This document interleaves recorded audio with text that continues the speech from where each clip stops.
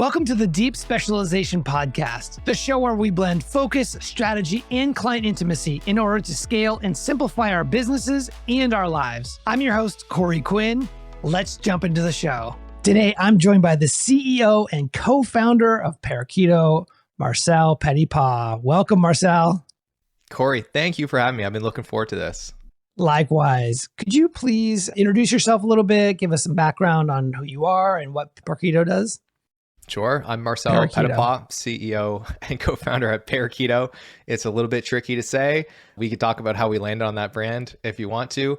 We help digital agencies and professional services firms measure and improve their profitability. And we're really on a mission to help empower the owners and executives inside of these firms to go beyond the financial statements they might get every month from their accountants and really start to understand how the decisions they make every single day contribute to their profitability. So we have a combination of consulting services and technology that we've built that helps gradually improve and build reporting capabilities within agencies. And then we help coach those clients to success and profitability improvement. So that's what I do. Beautiful. And just to reiterate, who do you specifically work with? Yeah. So most of our client base has been creative and digital agencies. So these are the folks that are building websites, running ads, creating brands, a lot of technical shops as well, building custom software or complex web applications or doing technical support on client websites. And usually they're in that $1 to $2 million range on the low end and that $15 to $20 million range on the high end. So it's that stage of growth where it's really hard to scale without having a grip on your numbers and your profitability, but you're not at a scale yet where you can go buy the enterprise tools and build a team of 3 people to run a data operation in your organization. You're in this no man's land where there aren't really tools or frameworks to help you, but you can't get away with not understanding this stuff. And that's where we want to help. Okay. Well, we're going to double click into all of that. But before we do, I'd love to learn a little bit more about you and sort of your journey. I know that before Parakeeto, you were an agency owner. Is that correct? I was agency owner. That was my first real business was a business called Real Tours Media, spelled REEL Tours.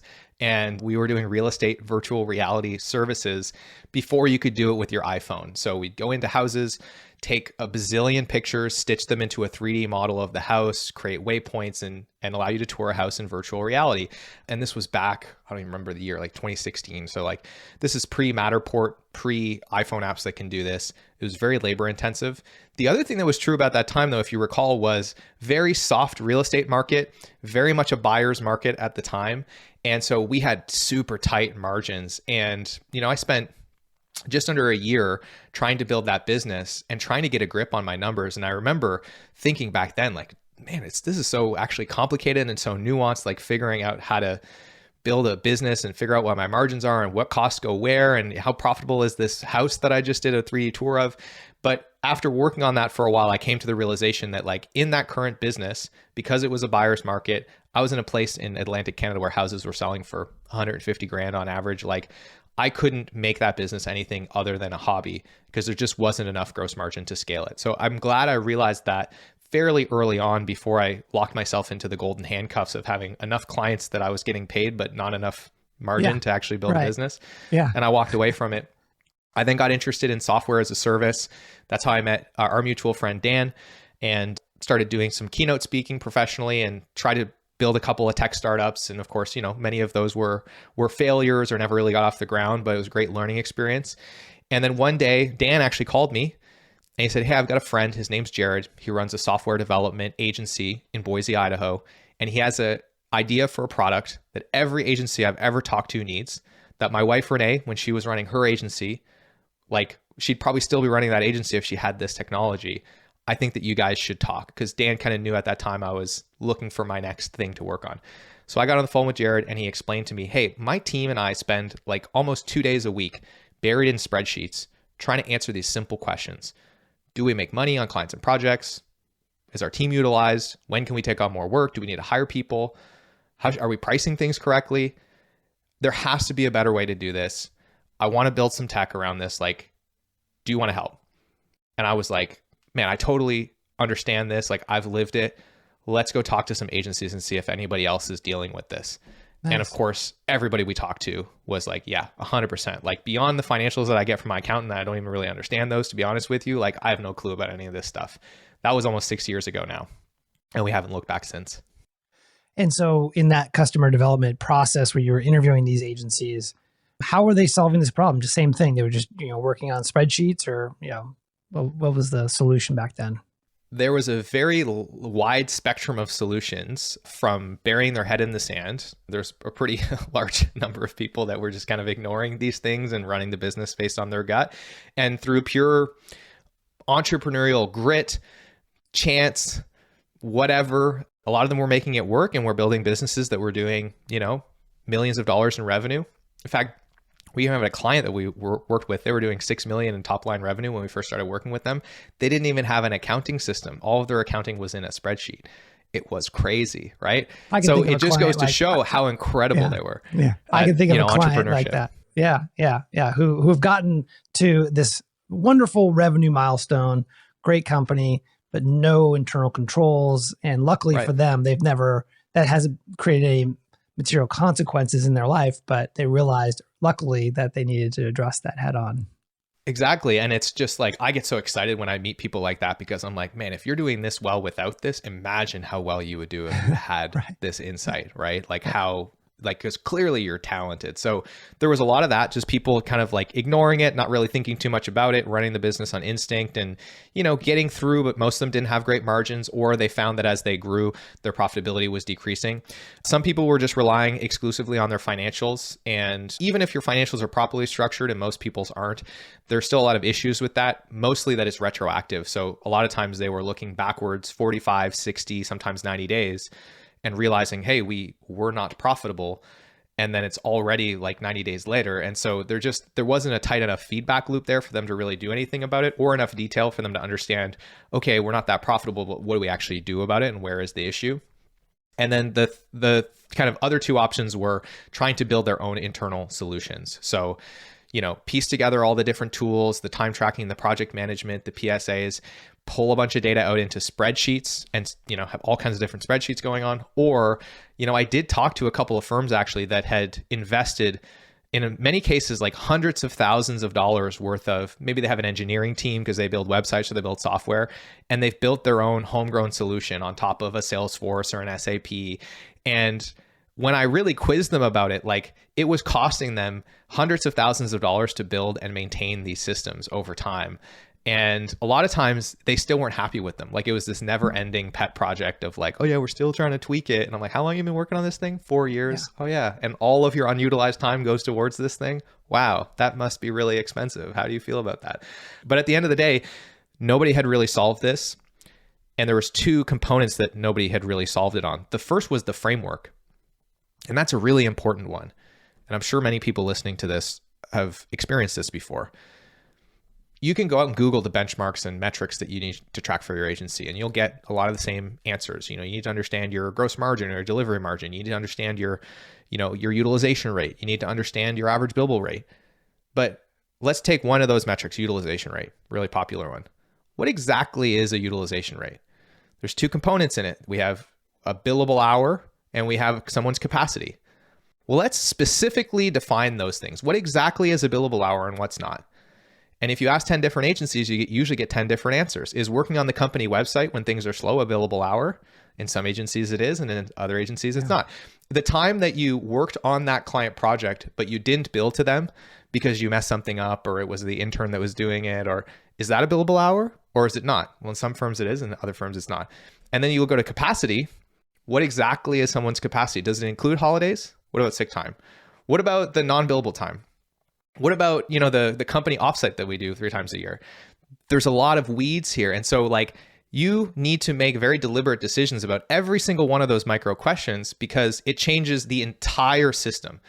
Because if you calculate utilization a slightly different way, you now need to reconsider average billable rate, project margins, delivery margin, overhead budgets. All of these things are interconnected. So that was a thing that nobody had solved. And we didn't even realize needed to be solved until many years later. But I digress. And then the other side was actually building the thing to track all this. So it's framework and tracking. Yeah. I think, I'm just kind of a meta comment as you're going through this. Like this you and your business, Parakeeto, is a great example of a business that has specialized in solving a very unique and specific problem for a specific type of buyer.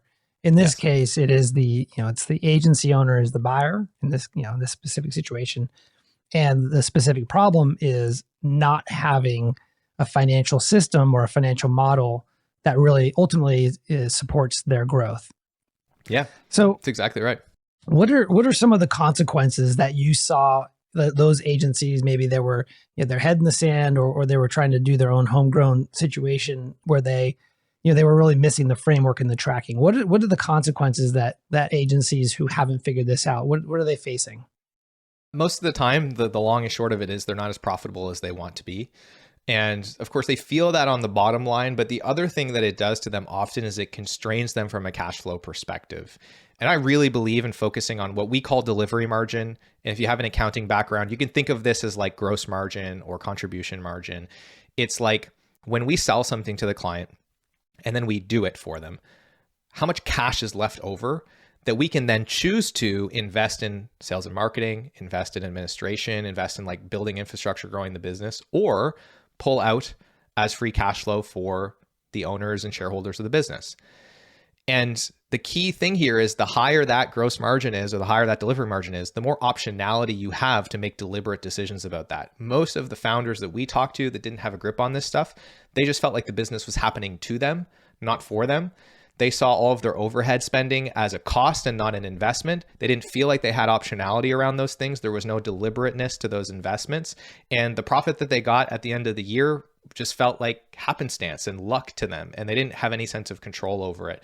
And that was both financially, of course, expensive to them because there's a lot of opportunity cost that they didn't realize was being left on the table. But also it's very emotionally expensive because it makes this already very challenging experience of running a service-based business exponentially more difficult when you're worried about, are we going to be able to cover payroll?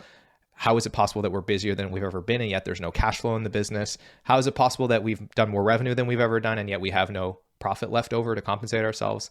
Those are the kinds of things that we were hearing. Yeah. So for the listeners who are nodding their heads, why don't we get into some of the things that can help them sort of move through this and get to a different situation? First question I have for you is, what type of financial model do you recommend for a professional services firm? The one that your accountant's not going to like. So we'll start there. We get to see a lot of P&Ls at Parakeeto. It's one of the first things that we do when we work with a new client is we build a financial model of their business so we can see what the business is capable of based on the current design. And then we look at their financial performance and we compare it to that model so that we can identify where they're performing under what the business is designed to do. And the most common issues that we see with profit and loss statements for an agency, which leads to the founder not having, or the executive team not having insight into what's really going on, is number one, there isn't a clear separation between revenue and what we call agency gross income.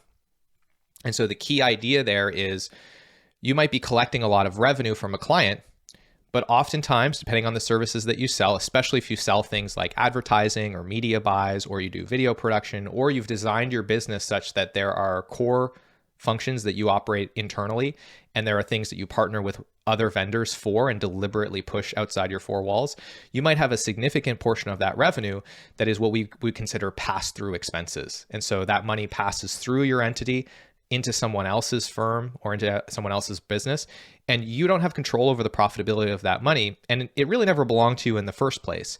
But if we're not very deliberate about isolating those pass-through expenses and subtracting them from revenue to arrive at agency gross income, which is the true measure of how much revenue we are collecting as a business that we now need to earn and we need to benchmark our performance against, then it can create a false sense of how big our business is, and it can create a false anchor for profitability and for spending decisions. And it can be quite dangerous. And the extreme example that I'll often use for this is, let's imagine Airbnb thought that their revenue was all of the money that you put down when you book somebody's house for a vacation, instead of the 15% cut that they actually take.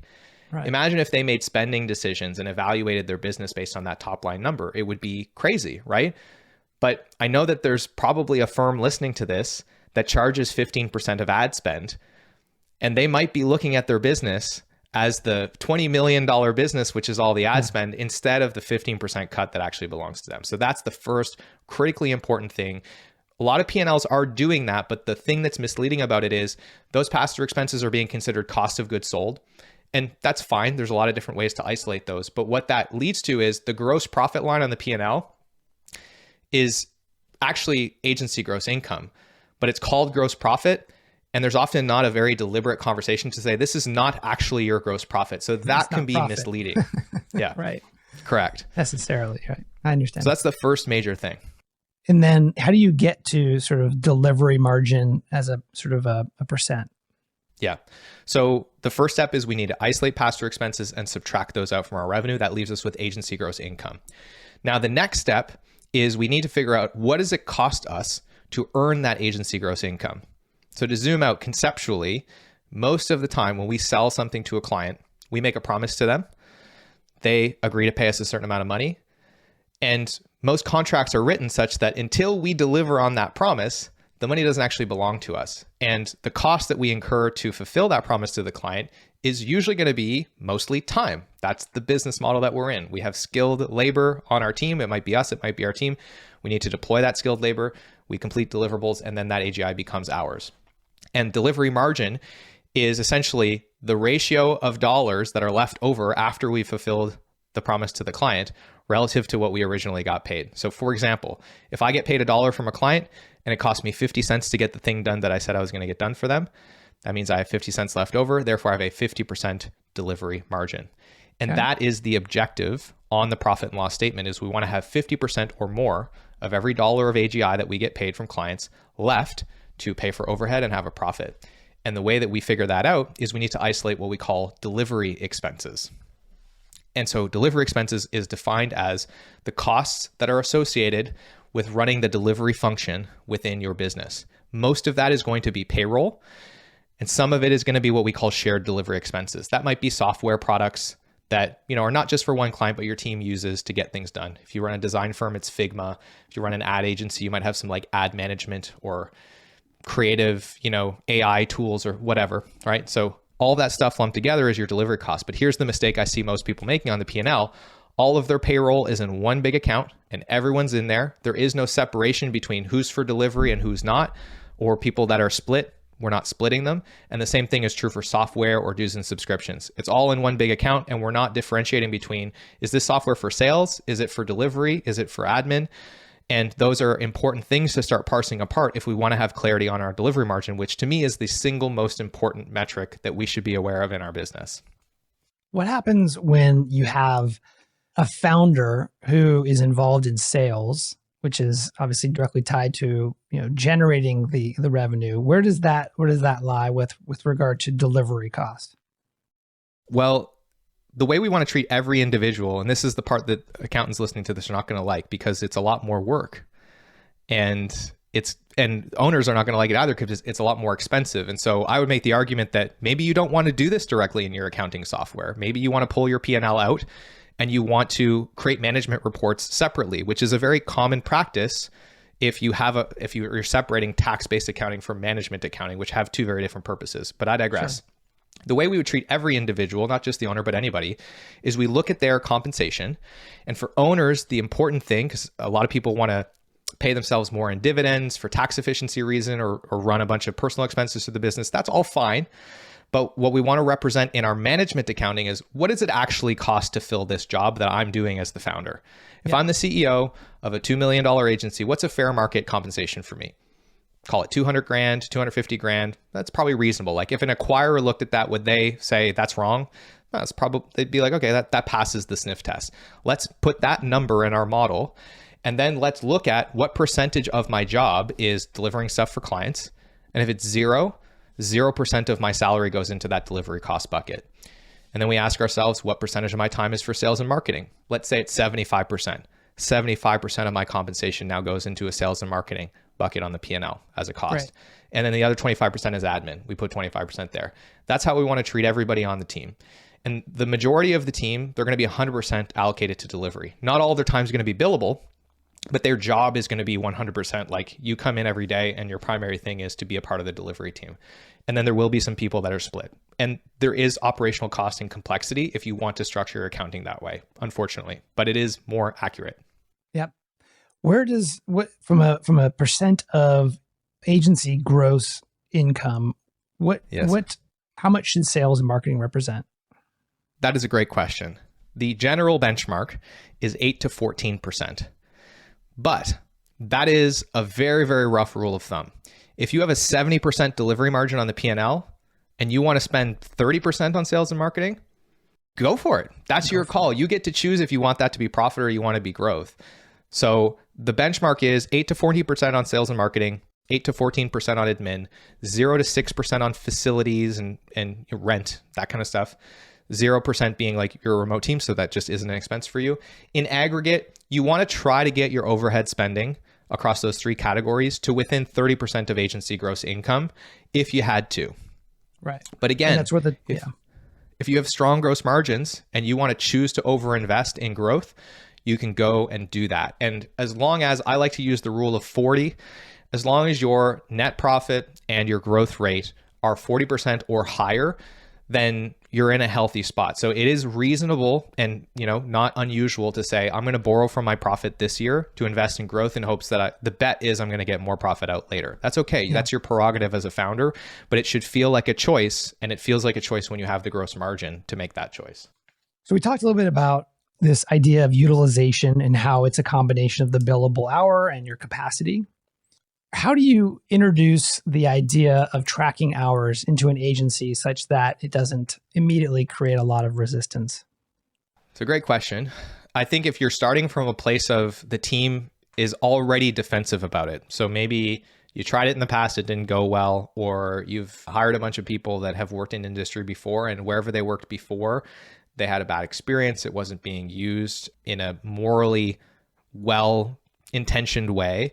Yeah. Then I would start by picking a problem in the organization that time tracking can effectively solve. So perfect example of this is, here's a team that is constantly getting caught off guard by deadlines. They're having to work evenings and weekends to hit those deadlines because, we didn't scope things properly, fires came up, but it's a pattern now. And so you go to that team and you say, we got to fix this. Like, it's not cool that you guys are having to work so many evenings and weekends and all this overtime. Like, how do we get a grip on this? And you facilitate that conversation. It's very hard to imagine that conversation is going to go anywhere, but it might be helpful if we had a better idea of how long it was going to take to get things done. Like, it seems like that's what we're missing every time. We've tried changing the price. We've tried, fixing the relationship we have with the client and the account management practice, but it just keeps happening. So, okay, do we know how long it takes to get things done today? Well, no, actually, we don't really know. Okay, cool. Well, maybe we should just start to build that data set, and then that'll help us when we're scoping the next one to get to a more realistic place, give ourselves enough time, and maybe we could start. So you just pick a problem and treat it like a test and really try to navigate that conversation such that it becomes the team's idea and they suggest it, or at the very least, they're like, oh yeah, that makes sense. Let's treat it as a test. You don't roll it out across the whole company. You don't say, we're going to do this forever. You go, hey, maybe this will help us fix this problem. And you prove it out. And then a light bulb goes off in their head of well, this is actually pretty useful. We realized that we consistently go over in this area, or we dramatically underestimated this particular phase of the project, or what have you. And you make adjustments, and then you find the next thing.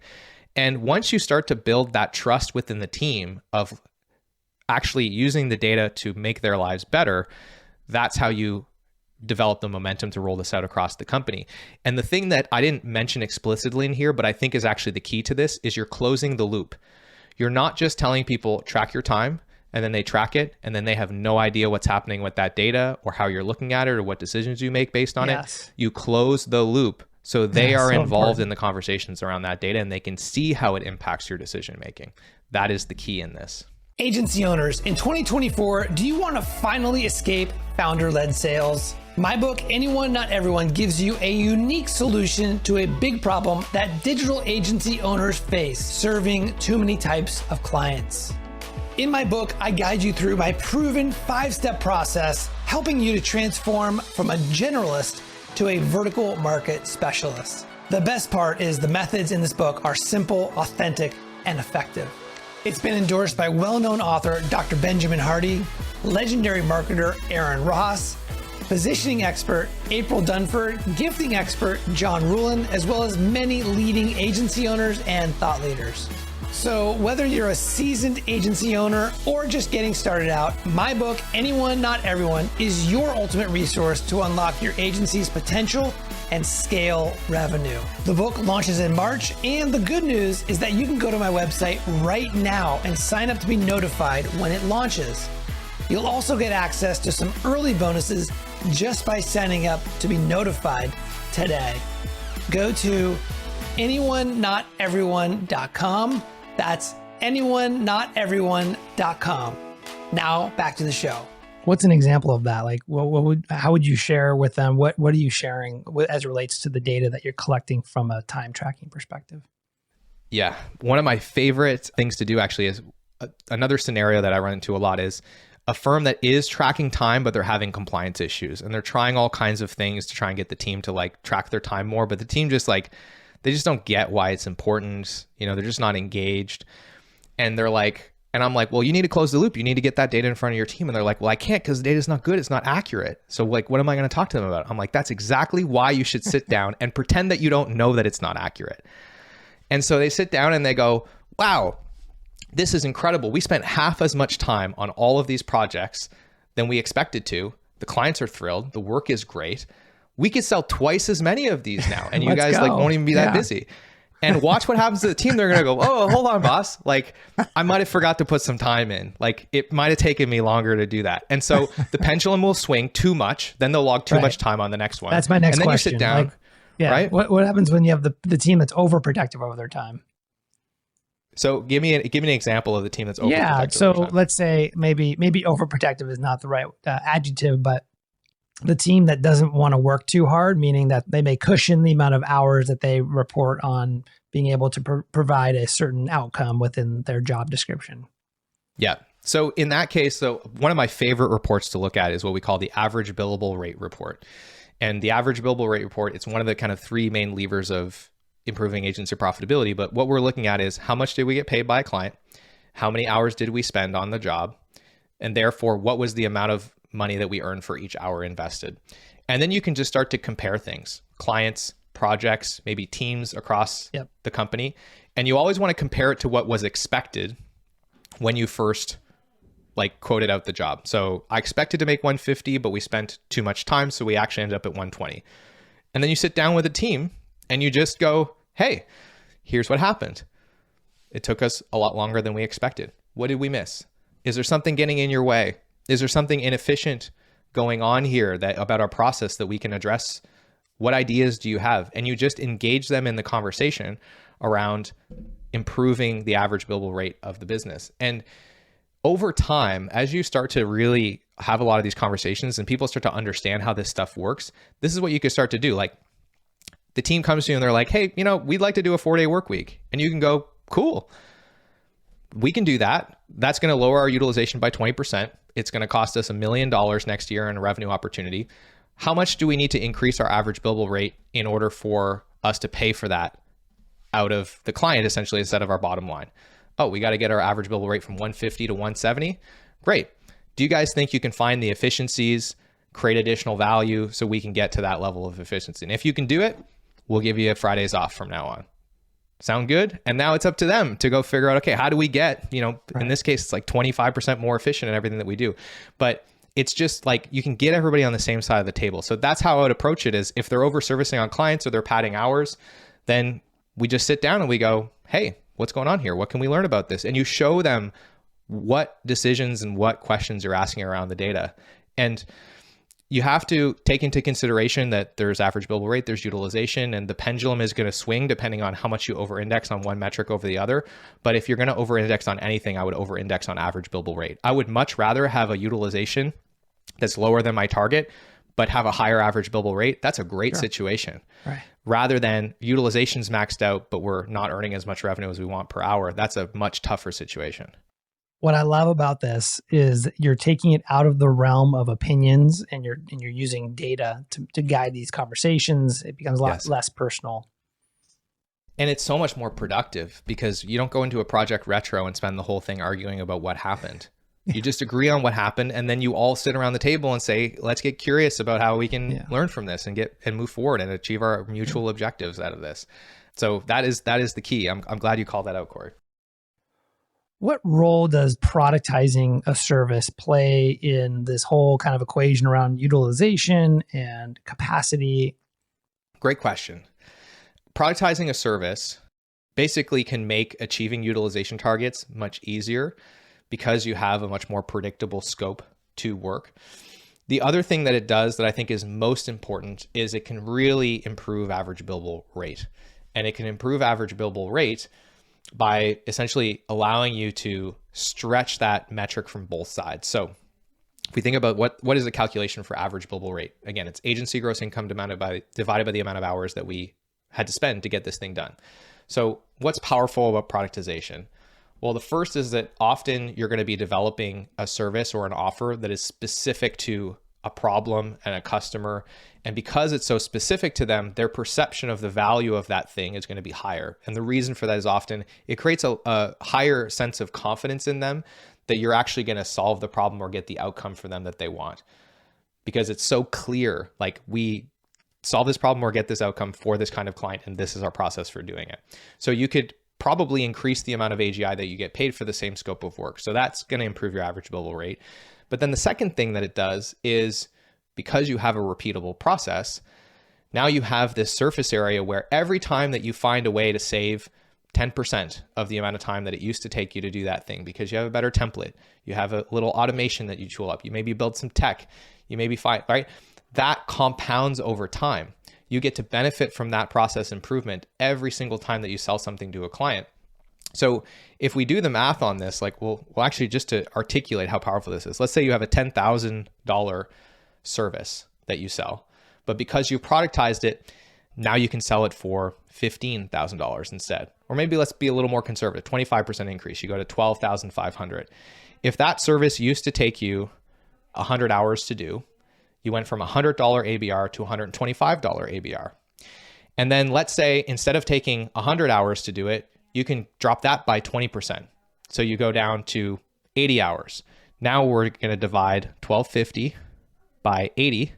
We now have $156 average billable rate. Let's say you have a team of 20 people, 2,080 hours apiece, your utilization rate 60%.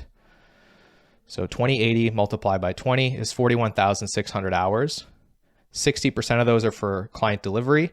$156 an hour is $3.8 million compared to our average billable rate before, which was $100 an hour. So if we did that math times 60 multiplied by 100, I'm doing this all in real time. So we just increased from $2.4 million in revenue that we could earn with that team at $100 an hour, average billable rate, to now with that team of 20 people working a 60% utilization, $3.8 million. So we've added $1.4 million. There you go. Think about that. None of our other costs have changed. That's all profit. I mean, you could invest more in overhead, but that's what we were talking about earlier, right? This is the impact. And that's just one metric. We didn't change utilization and we haven't even looked at average cost per hour yet. So, we get into that because these things are so symmetrical, because we know exactly what kind of skill sets we need, we can get our utilization up by a couple percentage points. And then because we're developing these tight processes, instead of having a really experienced senior person do all the work, because there's so much uncertainty and they need all that judgment, we can now start to get lower cost labor doing more of those things. And we squeeze our margin from all three of those vectors. I mean, you could be talking about taking a firm that's basically breaking even to doing a 40% EBITDA if you can work on those things over a little while. So productization is not the only answer to achieving those things. There are ways to achieve those things in every billing model, but it does offer a very compelling set of circumstances to make that much easier than it otherwise would be if we were selling things that were much more fluid, much more bespoke, and we would be much more constrained in terms of the opportunities that we have to very quickly improve profitability. That is awesome. What do you think? Did I do a good job of articulating that? Yeah. Are you going to clip that out for social? Yeah, I think that we just need to let that sink in here. One shortcut or one sort of tool set that I know agency founders love is to think about this idea of benchmarking and having sort of benchmarks that they should measure their progress against. What are some ways that, or techniques for creating benchmarks or comparing projects and departments effectively? So I have mixed feelings about benchmarks. It is something that people ask for a lot. And in my experience, when a client comes to me asking about benchmarks, when I double click on that question, what they're really asking is like, are we performing well? And a lot of times, depending on how you've structured your business, the benchmark might not help you answer that question at all. In fact, it might just make you feel like you're performing well when you're not, or like you're performing poorly when you're also not performing poorly. And the reason that that's problematic, or the reason that I think that happens, is a lot of benchmarks are expressed in terms of absolute numbers. So let's take one of my least favorite benchmarks of all time, revenue per full-time employee. I don't think there's anything fundamentally wrong with the metric of revenue per full-time employee. It can be a very useful proxy for delivery margin, actually, when it's expressed as a relative value, right? So what is a good revenue per full-time employee? Well, if we understand that we want to have, roughly a 50% delivery margin, then a healthy revenue per full-time employee would be roughly double what your average salary per employee is. That would be a useful way to talk about that benchmark. But the way we talk about it in the industry, or the way I see it being talked about in the industry, is 100K is bad, 175K is okay, 250 plus is good. But it's like, well, if my team is in the Philippines and their average salary is 40 grand, then 100K is still fine, actually. And if my team is in San Francisco and they all get paid $200,000, then 250 is not good, actually. So it's just, there's more nuance to it. So that's the first thing I'll say around benchmarks is really think about, like, is this a relative value? The benchmarks that are important at a fundamental level are having a delivery margin or a gross profit of 50% or plus or more on the P&L, and having an EBIT of 20% or more.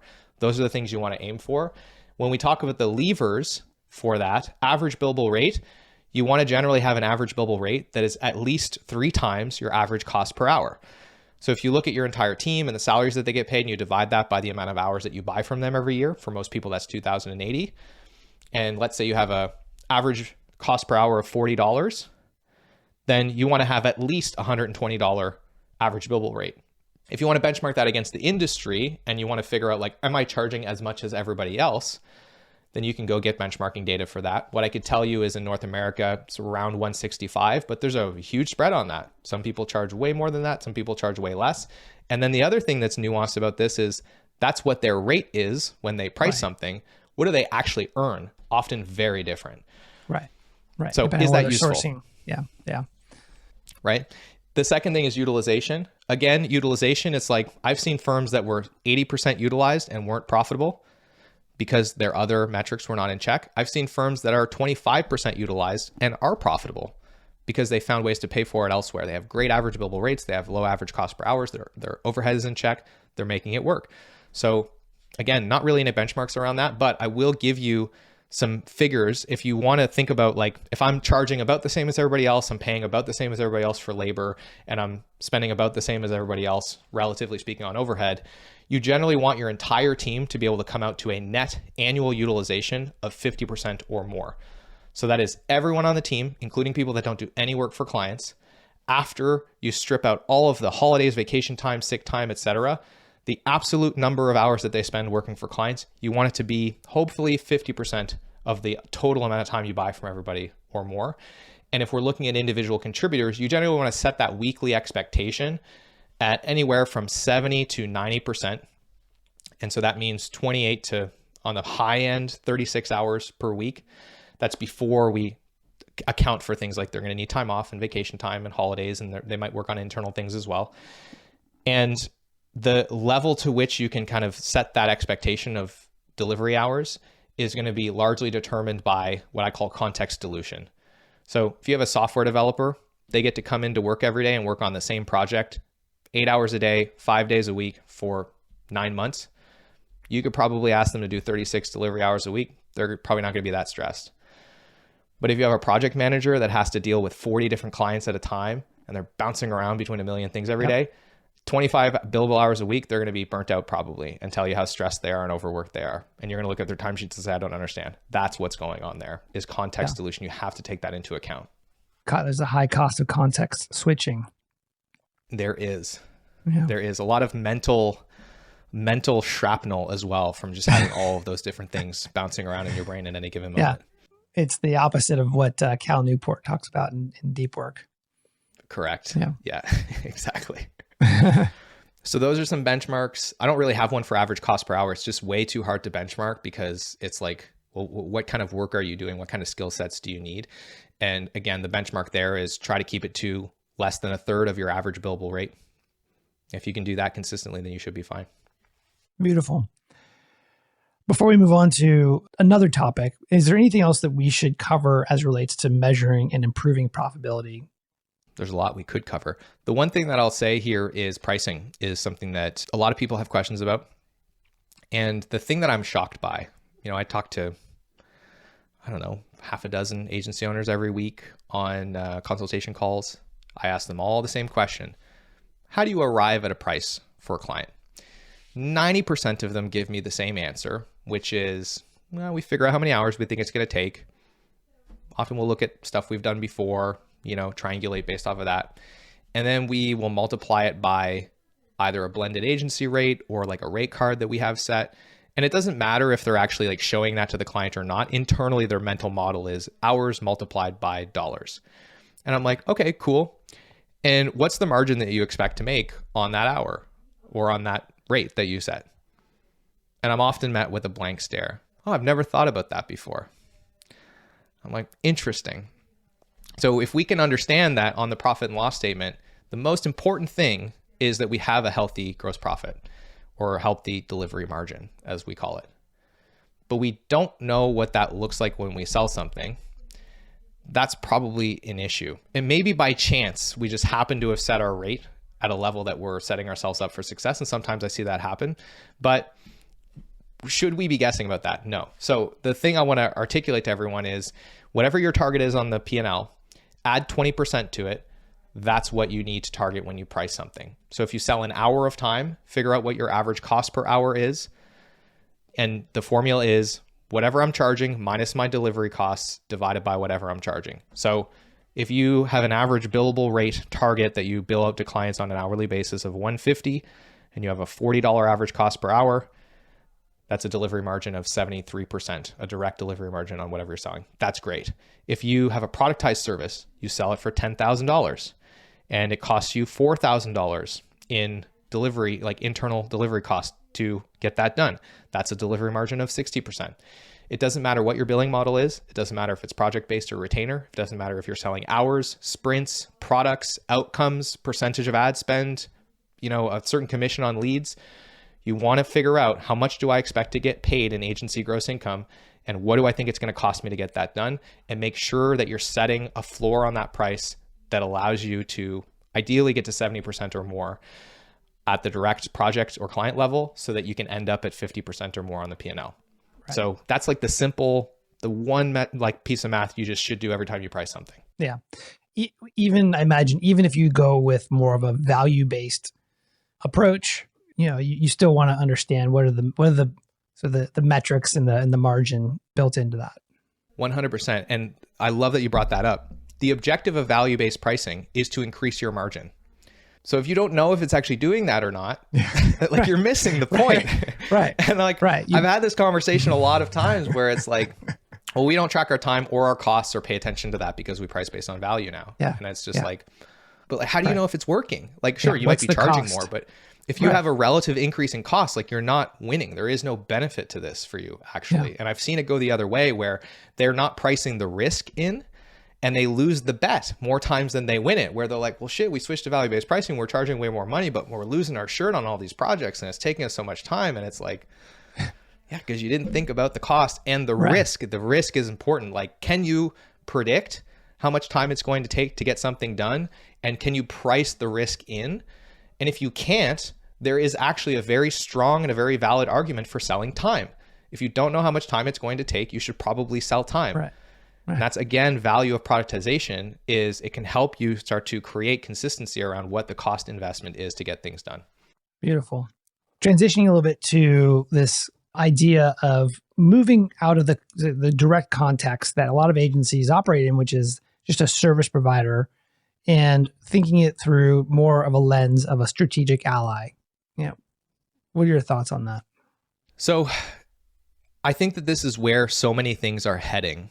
The zeitgeist, like we're, April of 2024. So the zeitgeist around AI has cooled off a little bit, but like it's still there. The undercurrent of it, it's still there. It's gonna we're gonna get amazed by it many, many more times over the next couple of decades.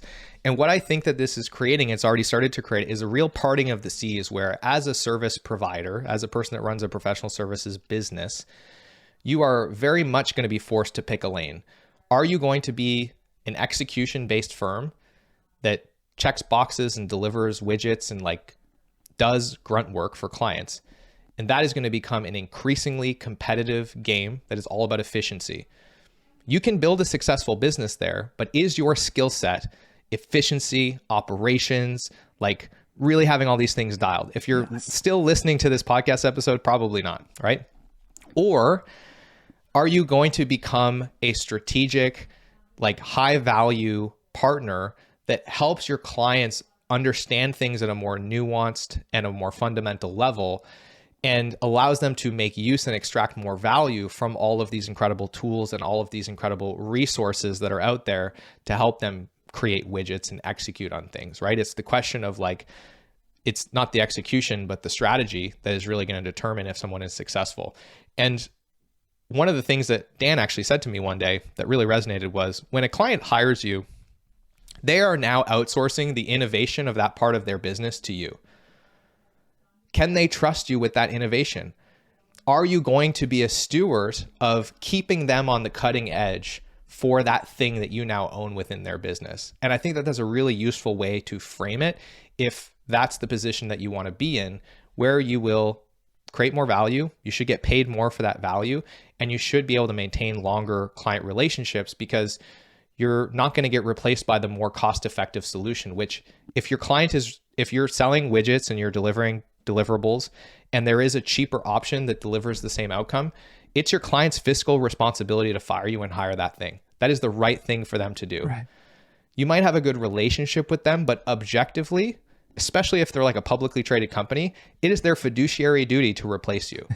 The only way to protect yourself from that is to have value that cannot be replaced that easily, that has nuance, that is institutionalized into the organization. And you do that by solving hard, complex, nuanced problems and having a genuine point of view, having a strategy, having a process, developing all the expertise that, Corey, your content and your experience is so well versed at helping people find those opportunities and develop that position. And so I like to believe that we've done a good job of that at Parakeeto. It's certainly our mission, and we continue to try and do that. And I can tell you that it has really helped us create the gross margin that I talked about today, the delivery margin, to build a business that we love and to make investments back into that. So it is a self-fulfilling prophecy in many ways as well. Beautiful. Well, I'm going to wrap this up here with just two more questions. Okay. First I'll try one to keep my is, answers short. I know I'm not always good at that. You go. There's no hard stop. What would be your parting advice, particularly to an agency owner who is struggling with, maybe they've had their head in the sand or they've dabbled with YouTube videos and whatnot, and they just are not certain about things like their delivery margin and the things that we've covered today? What advice would you have for them to move forward in a productive way? Well, the first, shamelessly, is go download the free Agency Profitability Toolkit at parakeeto.com/toolkit. It costs nothing. Great. There are hours of videos of me walking you through this, and you can watch it on 0.5x speed and you can watch it as many times as you want. And there's spreadsheets that help you punch in the numbers and do all this math. So go do that. And then also, if there's one thing that you can walk away and do, that if all you did was this, without even paying attention to it, a lot of these other problems would solve themselves. It's just make sure you understand what your delivery margin is when you price something. Just start there. Indigestion is what most agencies are suffering from. It just happens to feel like starvation.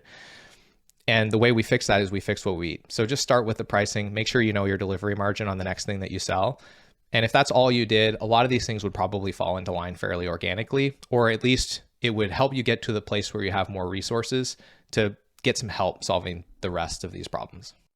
Beautiful. Last question is, what's your motivation? Damn, Corey, why'd you have to hit me with that one right at the end? Let's go. What is my motivation? If I'm being honest, my motivation when I became an entrepreneur was I wasn't trying to achieve something. When I really reflect on it, I was running from something. I was trying to prove that I was worthy, that I was better than people, that I was competent. And I decided to do this incredibly hard thing, which is building a business to try and prove that.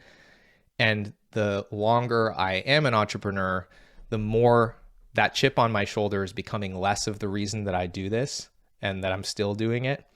And now it's about really taking care of my family and creating a lifestyle where I get to spend the majority of my time pouring into other people and creating the kinds of opportunity that a couple of really important mentors created for me to go down this journey of personal development, of, becoming successful, building wealth, building skills.